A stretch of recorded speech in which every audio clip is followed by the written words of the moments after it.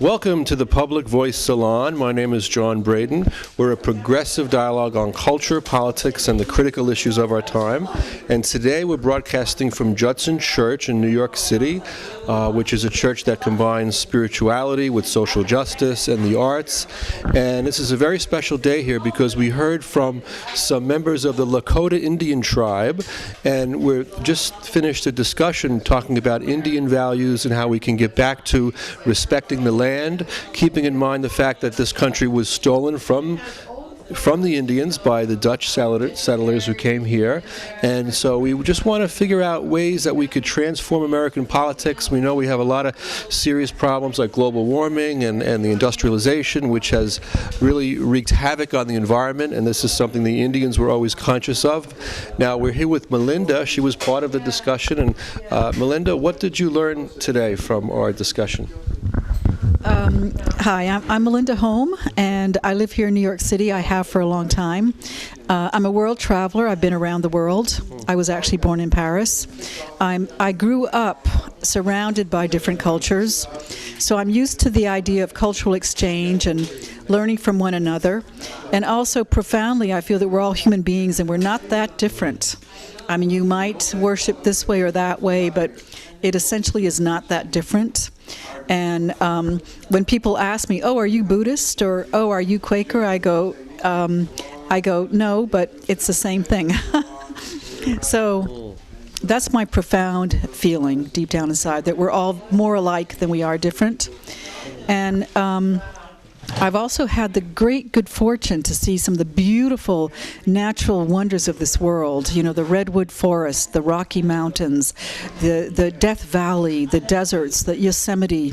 I'm just naming right now, but the Alps, the highlands of Tibet. I mean, really, this world is just an amazing place that we live in.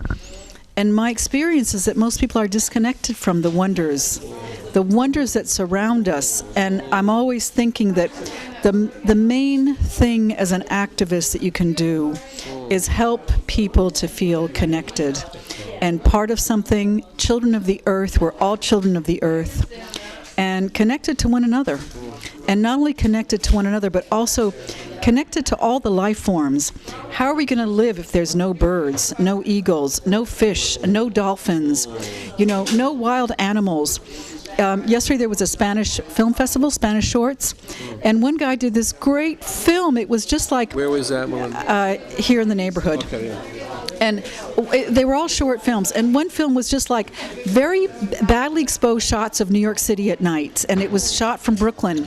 So you would see like this factory or something, and in the background the skyline of Manhattan, and then you would see like an elephant lumbering along, right? And then you would see a cheetah galloping along, and then you would see all these animals, a buffalo, and it just made me think how, we're so disconnected from that. And if we don't have them with us, our life is so impoverished. So really, my message today, if I have any, and what was reinforced by the meeting that we had today, is that there's got to be a way to reintroduce this sense of belonging, of connectedness, of all of us being in it together. And it's not only human beings, but it's all life forms on Earth. What about the American political system? Is this addressing this, the Democratic Party and the Republican Party? What are your thoughts about that? My thoughts about the American political system are pretty much the same as my thoughts about the American education system and the American medical system. Okay. It's so old and it's so static and it's so stagnant that it's kind of mired in uselessness. And the only thing that keeps it kind of going is corruption. So wherever you look, be it education, be it politics, be it medicine, all the major institutions of our society seem to be kind of lost at the moment. And I'm not really sure if we need to look to the institutions to solve our problems as much as we need to look inside of ourselves and bringing up a sense of community and connectedness so we can create the kind of societies on a very small scale. It doesn't have to be big. Okay. Just on a very small scale, but the way we want to live, and that's really the important thing. Thank you. Melinda, I really appreciate spending time with us. You're always welcome back as a guest on our show. Okay. And to let our viewers know, we're in Greenwich Village and Judson Memorial Church on the south side of Washington Square Park. And even though this neighborhood is unfortunately becoming gentrified and yuppified and all and corporatized, there are still pockets of ideas and authenticity and energy and hopefulness that you see today embodied by the people here at this church who are really struggling for a better world. And I was very upset to see that the global warming crisis is getting worse. Scientists say that there's a lot more carbon in the atmosphere than we had expected. So I think more than ever we need to really transform our politics, transform our media. And they're not talking about this stuff on definitely not on Fox, and not even on CNBC, right? With Rachel Maddow, and they're not talking about this stuff. So we need new media. They're not talking about this stuff, and they are not going to talk about this stuff as long as there's one guy, Rupert Murdoch, who owns TV stations, a whole network, newspapers, and the Wall Street Journal, and I forget what I read that he wants to buy next. David H. Koch, the Koch brothers now want to buy media. They want to buy the LA Times. Yeah, so that's how you control the world. You control the media, you control the message. But this is going out. You're watching this at home. You can tell other people about this. You know, we can put this on YouTube. I have hope that we can create a transformation, and just the fact that you're on our show today and that we're having this discussion, you know. Look, one of our elders was talking about the difference between Lakota language and our European languages. And he said something very interesting, that Lakota is verb-based. So you don't speak about the creator or the creation, you talk about the creating, which is continuously going on. Active creation. And let me just tell you all, life is a river always moving, and you just can't hold on to things. Work hard. Thank you, Melinda. Thank you very much. Have a wonderful day. And we are so grateful to be here at Judson Memorial Church, a church that's very committed to making a better world, a world that's more loving and kind and caring. That's what I'm also struggling for as part of an organization that I belong to called the NSP, the Network of Spiritual Progressives, founded by Michael Lerner and Cornel West. And we are also trying to create a new bottom line, okay, because the current bottom line in our culture seeks only to maximize money and power, and we find this is very destructive, and we are really facing a major ecological crisis. We're facing a lot of depression right now in our population, and I think a lot of people are just going through the motions. They're getting up and going to jobs that they don't like. I think we need to create a different kind of economy in which we only create what we need. And these are conversations that we're not having, but today we were very grateful to hear from some Lakota Indians at Judson Church, and this is the aftermath of that very transformative conversation, and we have somebody who was part of that dialogue, and she's going to tell us a little bit about her thoughts on today's discussion about the Lakota Indian wisdom and what they have to offer. Hi, my name is Sally Bermanzon, and I am a supporter of the Two-Row Wampum Renewal Campaign and also a member of the Native Resistance Network here in New York City. And today's program was part of a series of bringing Native American activists and leaders into Judson Church and to have dialogues with them on a number of issues, and part of actually creating understanding of indigenous wisdom, and particularly of this campaign that's going to happen this summer, where we're going to enact the way we believe that people should be relating to each other, indigenous and non-indigenous. We're going to have 2 rows of paddlers in canoes and kayaks coming down the Hudson River from Albany all the way to New York City to the UN. We're going to leave Albany on July 28th, and we're going to land in New York City on August 9th, which is the UN Day of Indigenous People. Oh, what day is that again? August 9th. Okay, we have to celebrate that. That we Claudia, do. Let's do something. Yes, well, Yeah. I'll give you a flyer about it and Awesome. a website on it. Oh, this is terrific. So this series has been part of that program, and it's a broad education about what we non-indigenous people need to learn in order to survive on this planet and to be able to get along with each other and work together for peace, for with respect, and to protect Mother Earth. And I think it's also about getting beyond capitalism also. Absolutely. I think capitalism has become self-destructive. Right. And I think socialism also has a lot to be said for itself. Right. Albert Einstein was a very intelligent man. He was a socialist. And he also was very appreciative of indigenous wisdom. Was he? Yes. He spent time, I believe it was with the Hopi Hopi Nation, and so he has a great appreciation for indigenous people and their wisdom.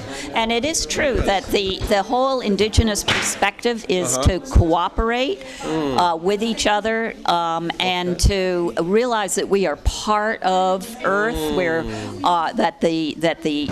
everything, the land, the water, all the animals are our relations, that we're part of this. It's not like we, by trying to dominate it, which is what capitalism has taught us to do, that we dominate nature and we can exploit. The whole conception of Earth is dead, and so you can dig up stuff and you can,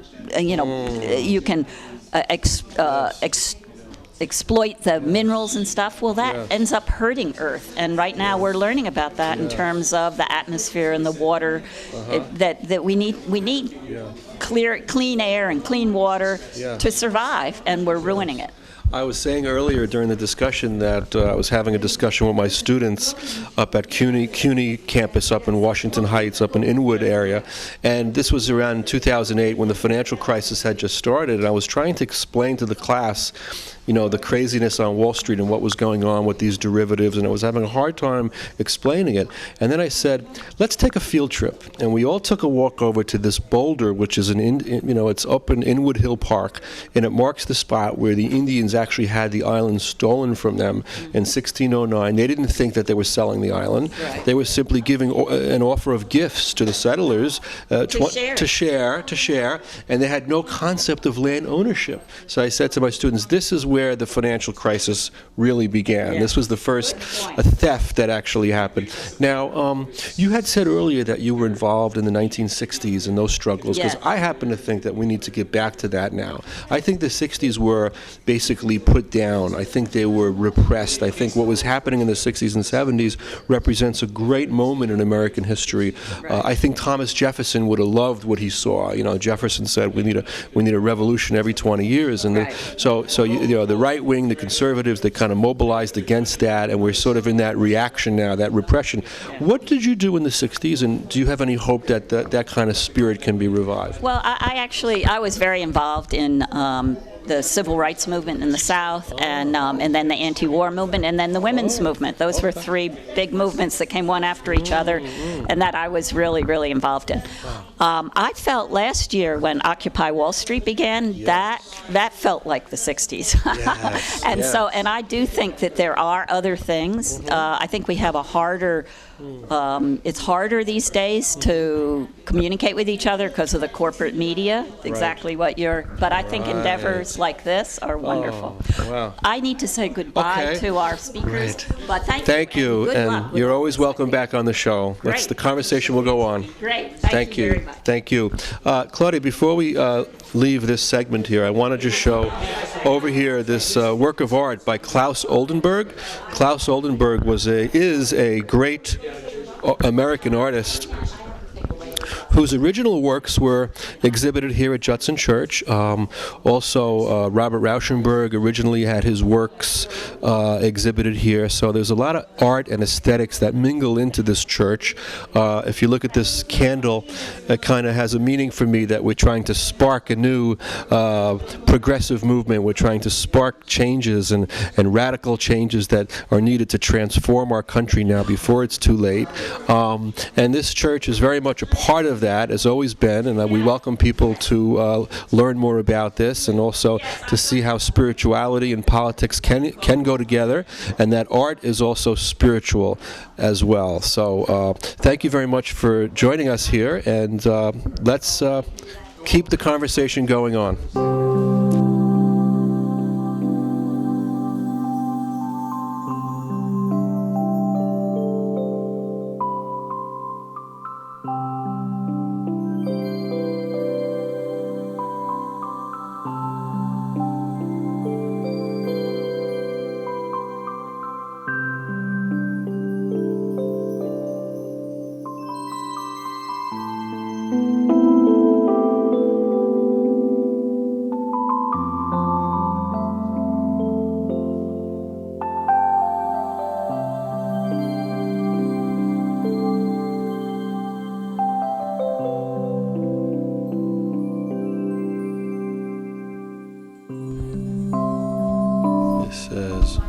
Resistance of the heart against business as usual.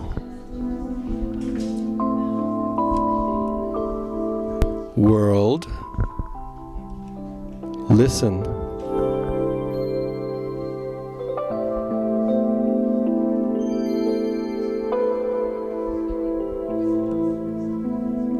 And this is the Judson Academy for Open Thinking. What a concept, huh?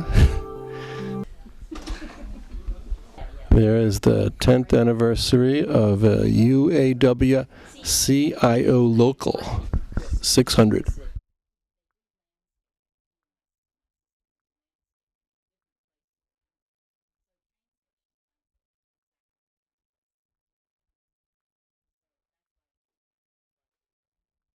We got to get the union movement back, folks. Look at all these union members from 1951, before the union movement was crushed in America by ultra-conservatives like Ronald Reagan.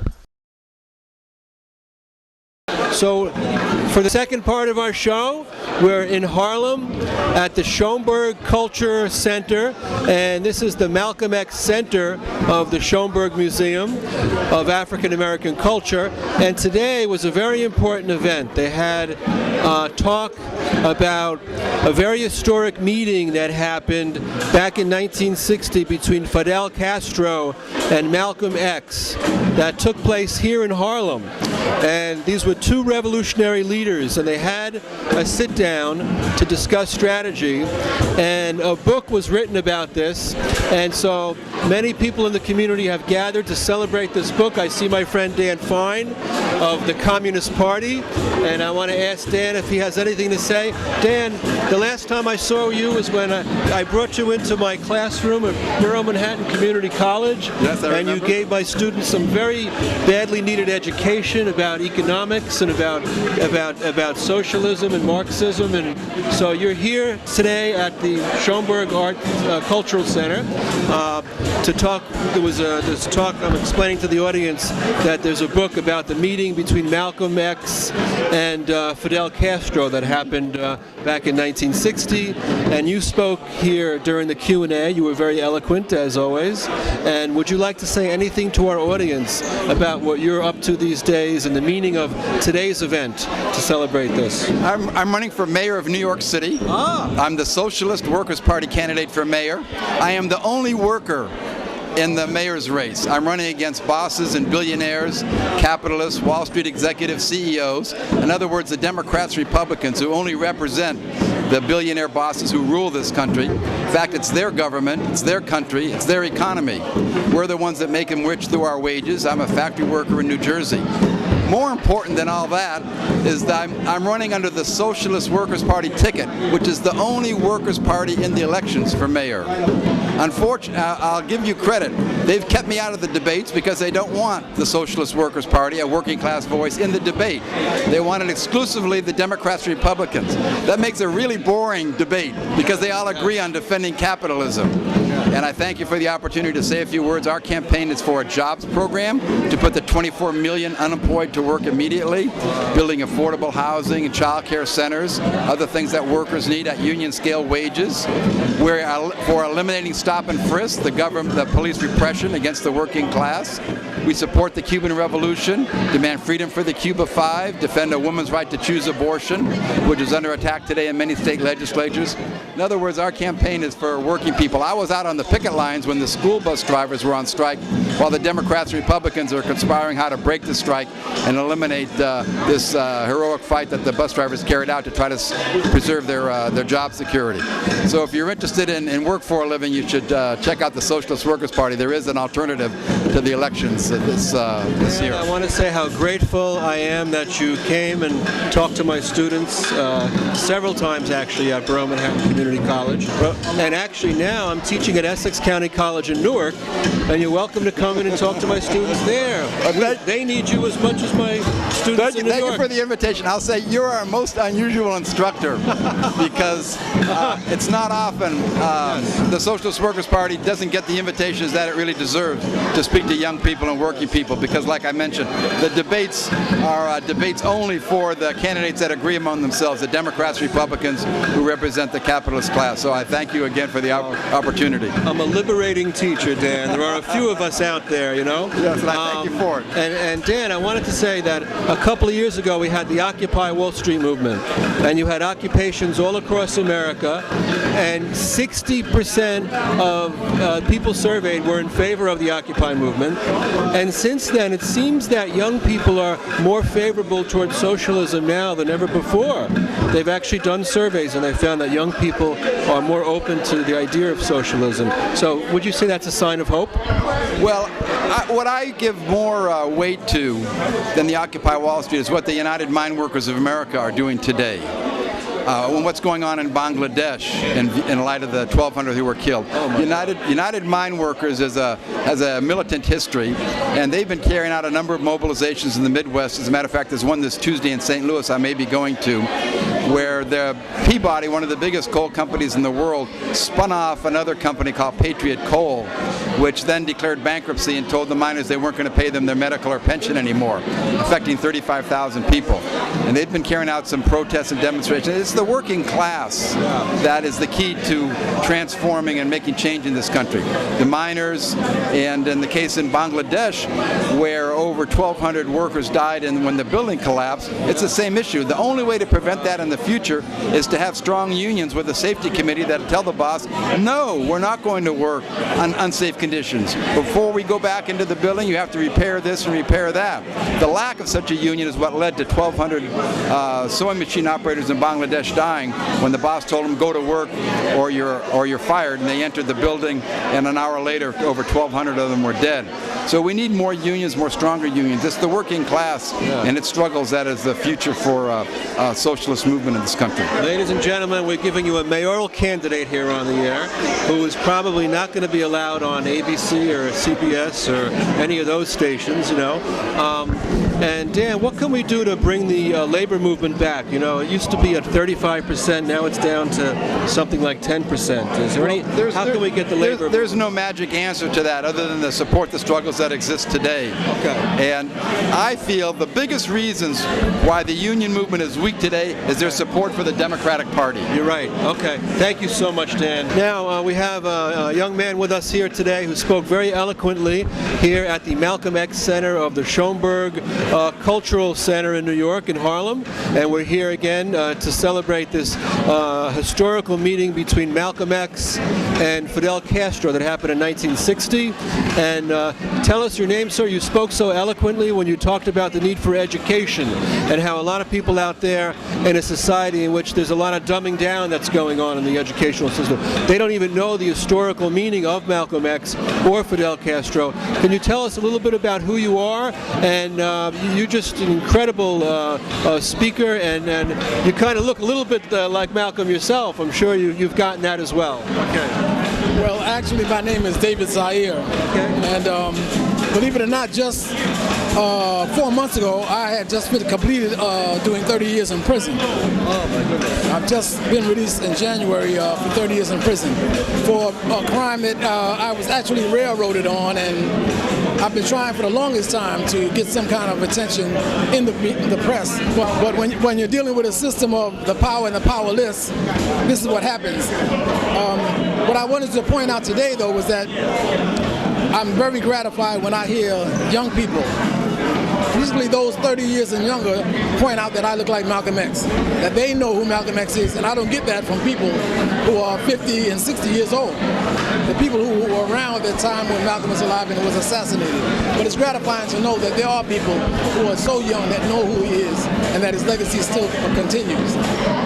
It's amazing. I think the fact that you look like Malcolm and you embody his spirit and his ideas, I think you should take the show on the road maybe. Go around. You ever think about giving talks? Or you can always come back on our show because we have to get this movement going. I'm very despairing about the way, the Democrats and Republicans are all taking donations from corporations, and we're stuck in our country now. Our politics is in a quagmire. It's frozen. And so what hopes do you have going forward that we can get this thing going again and repair and fix the problems that need to be fixed? I think that people, particularly from where I came from, the prison system, I think that people have to know that they have a vested interest in making sure that the people that are released from prison are not released with a vengeful attitude. And they can make a difference in how those people are released if they can contribute to some of the programs and get their politicians to support the programs of education in particular, and even some programs on how people should try to develop family ties and maintain those family ties. Because once you set individuals away from education and family ties, they're coming out of those prisons angrier than they were when they went in. And they're looking to victimize people who are not necessarily always going to be in the neighborhoods they came from. These crimes are now starting to come into suburban areas, and people who usually weren't threatened by the people that are coming out now are being threatened. So they have a vested interest in making sure that some of those people come out with a positive attitude rather than a negative, and a compassionate attitude as opposed to a vengeful retaliation, because a lot of them are being abused by the correctional system, and when they come out, they're looking for vengeance on people who look like those that were prison guards. I have a film I show my students. I teach at Essex County College in Newark. I teach writing, and there's a film about Tupac Shakur. It's a documentary called Tupac Versus, and Tupac said this whole country is run on gangs. America's run on gangs. The Democrats, Republicans, those are gangs. The correction officers, these are gangs. We have a prison industrial complex in this country. Under Bill Clinton, it was expanded exponentially. They cut all the jobs out when they exported all the jobs to China with the outsourcing. That all happened under Bill Clinton. With this NAFTA treaty and all that. And so, what do you do with all these people that are out of work? You build prisons to house them. And that's what's really going on. People have to learn that. And thinking again about Malcolm X, were you always aware that you looked like Malcolm? Did Malcolm? What was the impact of Malcolm in your life? Well, actually, Malcolm X changed my life because I became familiar with him at a time when I had gone into the military.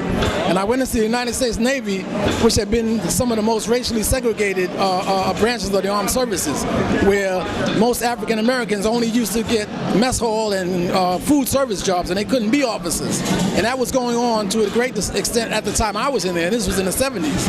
There was a great discrimination there, but at the time I started reading the autobiography from Malcolm X, I started having conflict with the United States Armed Forces, to the point where they wanted to transfer me to a ship that had its own Ku Klux Klan chapter. So I mean, I was very motivated by Malcolm's inspiration, and motivated not to seek retaliation through violent means, but to try to enlighten people and awaken people to the injustices so they can stand up for themselves. David, I hope a lot of people see this program, and your words of hope are very inspiring, and I wish you all the best in going forward. You have a mission, and I think that you have a lot of power to educate with your articulation and with your message of knowledge about Malcolm X that our young people and all people really need to heed this message. Thank you. Thank you very much. Thank you. Thank you. So I'm with Juanita McPherson, and after this event that they spoke about the meeting between Malcolm X and Fidel Castro, there was a Q&A. So there was basically an open mic, and people went up to ask things and ask questions, and I spoke and talked about the education system and how broken it is and what can we do to change that. And then after me, Juanita spoke, and she sort of followed up on my critique of the education system. And I'm going to pass the microphone over to Juanita and tell us to reflect on what she learned from this event today and what needs to be done to get our country back on track. Well, as far as education, the country has never been on track. You've started, like I said, inside answering your question. This country, all over the world, started the education system, I guess if you can call it that, from the Greek and Roman perspective. They were much later. As I said to you inside, if we don't start this educational system or training system from the very beginning, which is from the Abyssinia dynasty, then we got the Nubian dynasty, then we got Kemet. Our first doctors, our first lawyers, everything that's been done on this earth was done back in that time. We don't do anything new. Some of the most important people came out of the dynasty, the Kemet society. European people took that and reversed it, and that's where they get their European Jesus Christ. But what I'd like to say is this. Dr. Ben, our historian here in Harlem, he's 96 years old, he lives at a nursing home up in Co-op City. He told us that everything, the societies were being educated in African history up until 7/11. Constantine and Constantinople had a conversation. Constantine was told to teach history from a European perspective, and that's what turned everything around. And up until that time, Jesus the Christ as we know it was African. Now he's European. That's why I don't go to anybody's church today. I wouldn't set foot in one that teaches the stuff that they teach today. Juanita, you have such a powerful voice, and how can we get this message out there? Our young people, they're hurting. They don't know their history. They don't know their heritage. That's why these children got their pants down around their waist and down there by their knees. They don't know who they are. They don't know that they came from King Ori, who was in the 13th dynasty. They don't know that they came out of the Solomon order. They don't know. And these schools and these powers that be are psychologically insane. Every one of them, from the Supreme Court down and from down to up to the Supreme Court, all of them, every power that be that structures our lives and take us in a direction that we don't intend to go, they're all crazy. They're all psychologically insane. I was just looking at a book over here. Well, I won't go into that. I better not go into that. Tell me, Juanita, a little bit about your own background and how you got to be so knowledgeable. I don't think I'm that knowledgeable. I mean, I've lived what I'm talking about. I'm from South Carolina. I was born in Rock Hill, South Carolina, 1946. And I went to an all-African school. I am an African person. Yeah. We sometimes say black, yeah. But when you think about it, black has no origin. Just like you may call yourself white. But white is an attitude as far as I'm concerned. White is a color, and I've never seen a white person before in my life. The only close person that I saw to a white person was Michael Jackson. He's the closest thing I've seen to a white person. Because this is white, okay? But yeah, I was born in South Carolina to parents. My grandparents on one side were sharecroppers, and on my father's side were landowners. I grew up. I didn't know I was poor until I came to New York. But I never went without clothes, shoes, food, none of that. And I was never cold. And I had plenty love on both sides of my parents. Yes. Do you feel any hope coming out of this meeting today? I feel some kind of energy. I feel like it feels good not to be alone. Number one, that we have each other here.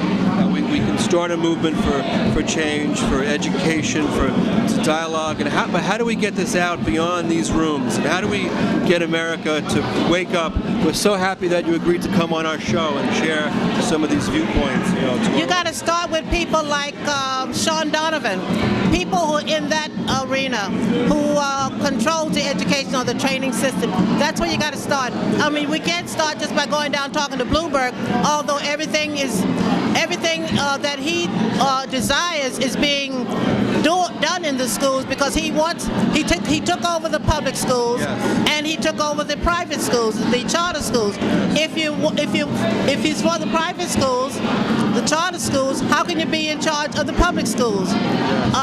If they can put a charter school in a public school building, that charter school will have a new bathroom, a new cafeteria, whatever they want.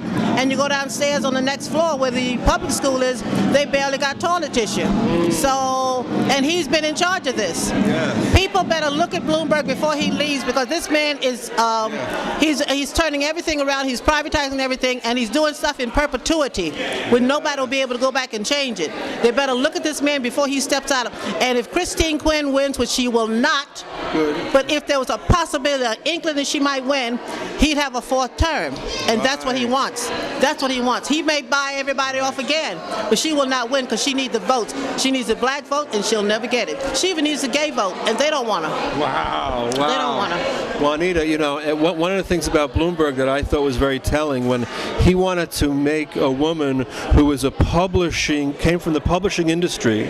Remember Kathy Black? She had no education experience at all. He was going to make her the chancellor. Yeah, and so the community rose up in protest. Exactly, and it would have stayed like that had no one said anything. This man is such a tyrant. I mean, this man should be sitting making belt buckles. It's bad news. Yeah, and we he have should be making belt buckles. Where they make belt buckles in prison. Well, Juanita, we're so grateful. You're so beautifully dressed, and you really exemplify the spirit. And do you have conversations with other people about this? Do you talk to strangers? Do you try to engage the public in some way? If someone engages me in a conversation, sure. Yeah. I mean, a sensible conversation. I don't want to talk fool talk with nobody. Okay. Well, Juanita, you're always welcome to come back on our show, and thank you for sharing some time with us. So much. Okay. All right. Good day. Thank you.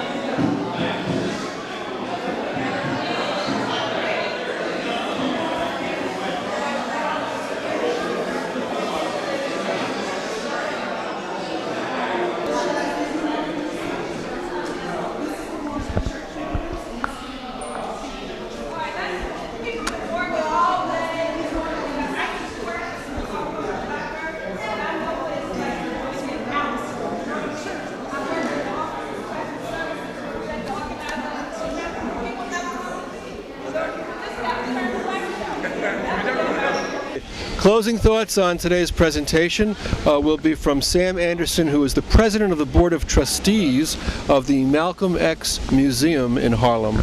Sam, what are your thoughts on today's event? I think it was a very good turnout in spite of the bad weather, and the content was very good in terms of giving people a sense of what happened in 1960 with the meeting of Malcolm and Fidel right here in Harlem, and also the whole connection to the present day realities of what's going on in Cuba, the economic and racial crisis that's existing here in New York City and in the country in general. And as usual, the audience participation was very lively, very, very informative. You get a lot from that. And Sister Joan Gibbs and my wife Rosemary Mealy were, good. Yeah. And I'm not being subjective when I say that. I'm being objective. Sam, I just want to say how important the work is that you're doing here to keep alive the legacy of Malcolm X. Yes. We need it more than ever. Yes. I mean, the ecological destruction that's happening in our world now, we see hypercapitalism on steroids. Right. We see it's out of control. The system is broken. Democrats and Republicans are basically, people say we need a third party. I say we need a second party. Right. We need we need a movement, and the movement evolves into something that's either electoral political party plus, or it evolves into some other form of revolutionary organization for the concrete demands and needs of the 21st century U.S. capitalist system. You know, just calling for a third party is not going to do it. I think we got to really assess the class thing, the race thing, the gender thing, the levels of gentrification all over this country, the disintegration of the suburbs and the exoburbs, you know, all of those things take in consideration how do you build a movement, right? You don't go back to the days of Lenin, you study Lenin and you study the context in which Lenin developed the idea of a revolutionary party, and you move it towards what happens in your concrete reality. That's what Mao did, that's what the Fidel Castro, Che, and so forth, the Cuban Revolution, you know, they studied those, but they didn't replicate them. And we have to do the same. Our challenge is a much more complex one in this country, because for the first time in history, the masses of people have been dumbed down to such a level that they don't realize that they are the masses of people with power, you know. And so we have it's a re-education thing, and so that's one of the things that we got, you know, we're trying to do with the Malcom X Museum is to help in small but very powerful ways the redevelopment of black revolutionary consciousness. I just think the whole Malcolm X story, it's just so powerful, and how he educated himself in jail.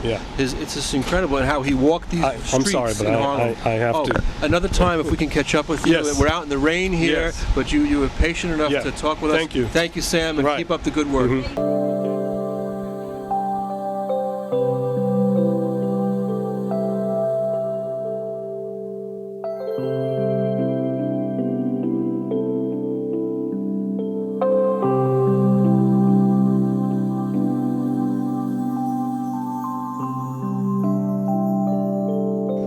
Okay, now is the final segment of our program where I reflect on the show from the quiet and comfort of my Hoboken apartment, and just thinking about all we did today with this incredible program that we were able to do, and do some taping at Judson Church, a place that's been very meaningful for me and very significant in my own growth as a person and as a teacher. I just want to remind the public that I am basically a teacher. I teach English at Essex County College in Newark. This is my profession. But beyond teaching in the classroom, I've taken my teaching project outside into the world through this television show. And but it's been really places like Judson Church that has educated me and helped me grow as a person, and helped me really understand the deeper linkages between spirituality and politics and also the arts. So I think all of these things sort of commingle and combine, you know, for me. I try to create wide awake classrooms where my students can be empowered to find their voices and speak up and not be afraid and not be shy and begin to learn to think critically, because I think we're all under this mass miseducation system right now. I was taught how to teach in a very critical way. There aren't too many programs left. The program I went to was at NYU in the 1990s, and I had some very radical teachers there. By radical, I meant teachers that really go to the root of the problem in education and trying to transform and make a system that works for all. Basically, I think what a lot of people don't understand is that education historically has been a way to keep the social order intact and to keep everything flowing smoothly and not to make any changes, just to sort of keep everything in line so that the status quo can just go on with all its injustices and inequities and inequalities. And that's the kind of bad old style of education that we need to get rid of if we're going to save our our country, if we're going to save our world from destruction and from imminent catastrophe that we face with ecological crisis, with the crisis in democracy today, as we see after the Citizens United decision, with the corporations completely controlling the political process now. If we're going to liberate our country, it's going to be through education, and the education will happen both inside of classrooms and outside of classrooms, like today at Judson Church, where we had 2 members of a Lakota Indian tribe come in, and they gave the sermon in church today. And afterwards, so we were reminded that there were Native American Indians in this country that were basically had the country stolen from them, and there was a lot of violence done to these people. There was a lot of violence done to black people, and that kind of racism continues today in the prison industrial complex. So we have all of these problems in our society that are not being addressed at all by the Democrats or Republicans. So we try to give you some truth, we try to give you some education and some consciousness and some enlightenment in our program, but we urge you also to read books, we urge you to get involved. If you studied business in college, you didn't get a real education. If you studied marketing, you didn't get a real education. If you didn't study history, if you didn't learn about colonialism, then you don't know about colonialism. If you didn't learn about slavery, if you didn't learn about racism, then you don't know about these things. There's a lot of people today who don't know about Malcom X, believe it or not, but according to one of our guests, he said that actually more young people can recognize who Malcolm X is than some of the older people in their 30s and 40s, so that's a good sign of hope. So I like to always try to bring some hope into this program, the hope that I'm sitting here on my couch and I'm able to articulate this out into the public, I think is a wonderful thing. I happen to think public access is underutilized, so I urge you all, if you have any inkling that you think you want to say some things on the air to enrich the public airwaves, I would be happy to show you how to do it. Please write to me. Please be a part of this conversation. We're trying to expand the dialogue. We want to bring more voices on the air, and it's something that is my dream, to expand the circle of democracy in America, because it's becoming more and more constricting. It's become more and more difficult in our country today. The New York Times recently reported that the rate of suicide now is up 30%. In white American males, in middle-aged males. White middle-aged males are killing themselves now. We know that the adolescents' suicide rate has already been very, very high in America, and we have a murder rate that's out of control. We have depression.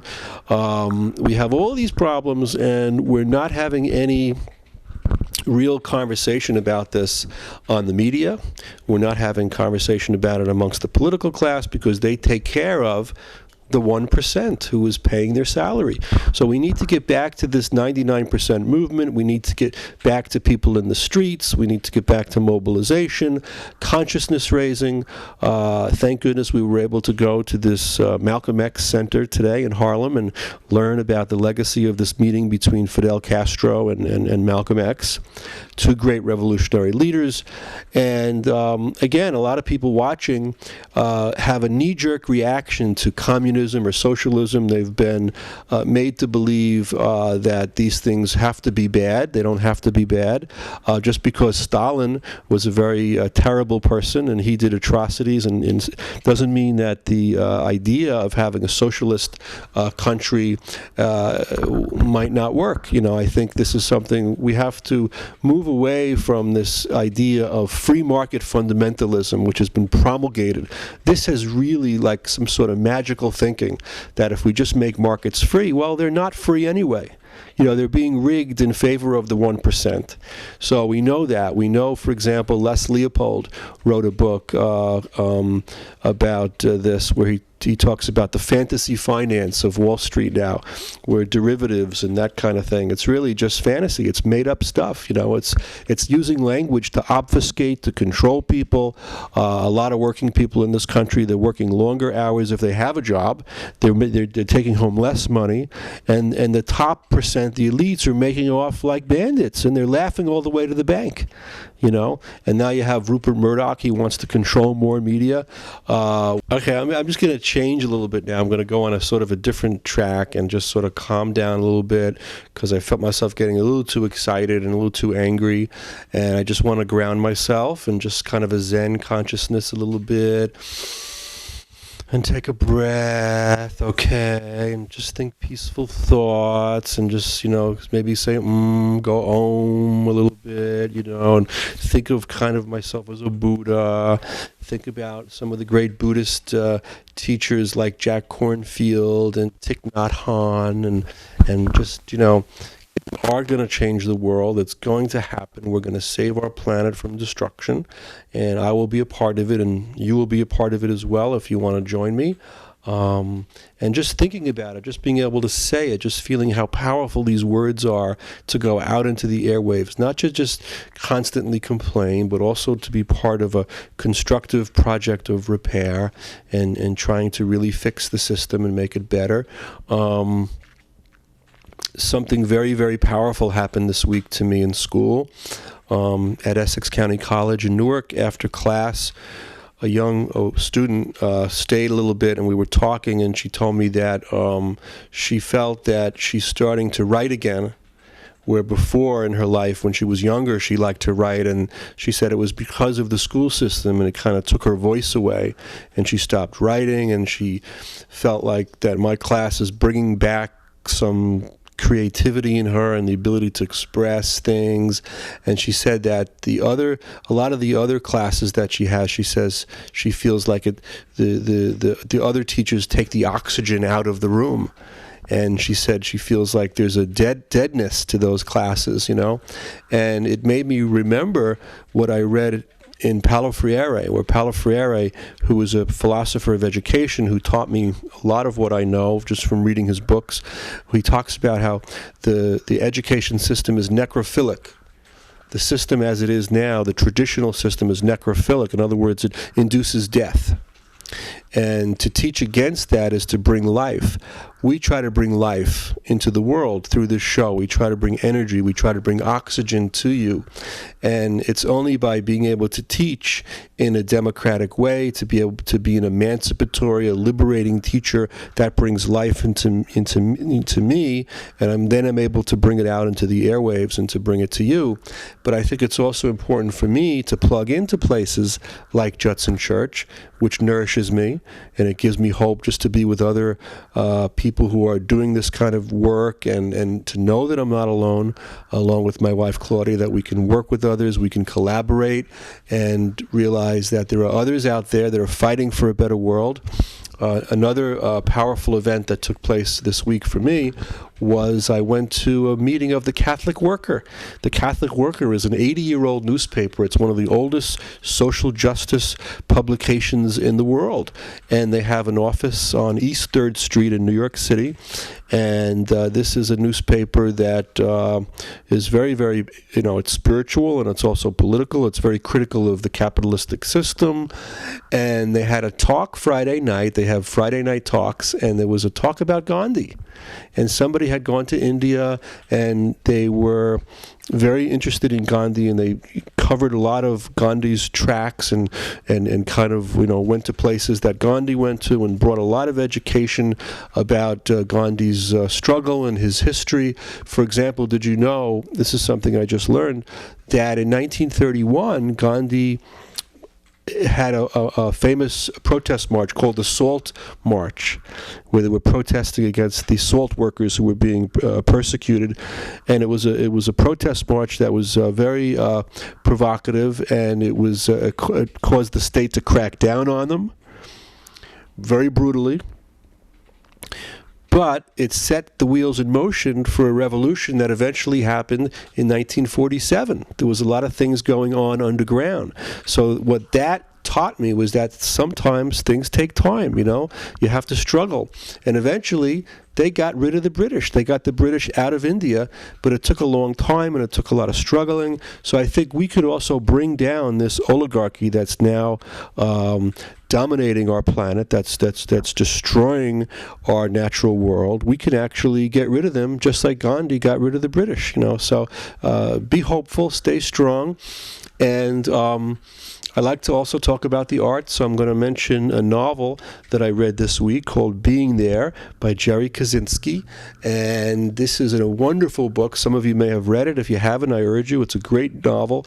It was written in 1970, and it's about a man who rises up to high power from actually doing nothing. And he is a gardener of a very, very rich man who's an old man who's like in his 90s.